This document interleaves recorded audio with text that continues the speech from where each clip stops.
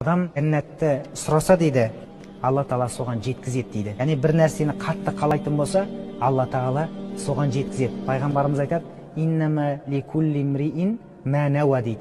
Қандай адам нені ниет еткен болса, соған Алла Тағала адамды жеткізеді дейді. Жас бала пайғамбарымыздың үйінде қонған екен. Қызметін жасадым дейді. Саллаллаху алейхи уассалам маған риза болды да, сұра деп айтты дейді. Жәннатта сізбен бірге болғым келеді деген. Бұдан басқа бірдеме қалайсың ба дейді. Осы дейді. Ендеше көп сәжде етумен көмектес деген екен. Онда сен менімен жәннатта бірге боласың дейді. 13 жастағы бала пайғамбармен бірге болайыншы деп тұр. Пайғамбардың дәрежесі жәннатта қандай болады?